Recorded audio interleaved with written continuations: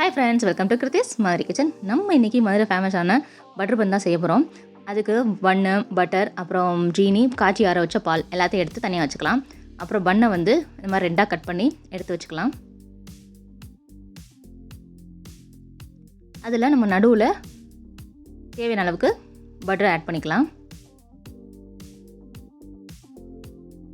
அப்புறம் கொஞ்சமாக சுகர், நீங்கள் சுகருக்கு பதிலாக நாட்டு சக்கரை கூட ஆட் பண்ணிக்கலாம்.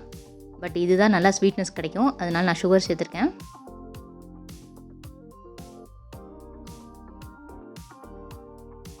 அப்புறம் அடுப்பில் நம்ம ஒரு தோசை தவா வச்சுருக்கேன்.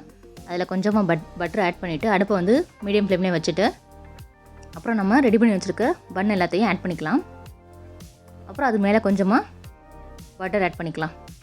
இது வந்து நான் வீட்டிலேயே ரெடி பண்ணது தான். ஸோ உங்களுக்கு லிங்க் வந்து டிஸ்கிரிப்ஷனில் கொடுத்துருக்கேன், செக் பண்ணி பார்த்துக்கோங்க. ஒரு சைடு கொஞ்சம் வெந்ததும் நம்ம திருப்பி போட்டுடலாம்.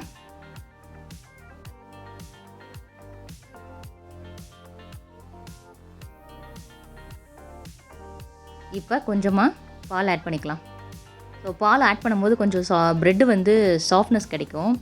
ஸோ டேஸ்ட்டும் நல்லாயிருக்கும், அதனால நான் கொஞ்சமாக பால் ஆட் பண்ணியிருக்கேன்.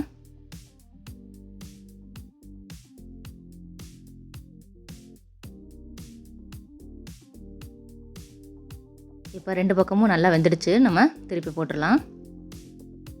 ஸோ அவ்வளோதான், நம்ம மதுரை ஸ்பெஷல் பட்டர் பன் வந்து ரெடி ஆகிடுச்சு. இதை ஒரு பிளேட்டில் மாற்றிக்கலாம். ஈவினிங் ஸ்நாக்ஸுக்கு ரொம்பவே நல்லாயிருக்கும். அது மேலே கொஞ்சமாக பட்டர் ஆட் பண்ணிவிட்டு லைட்டாக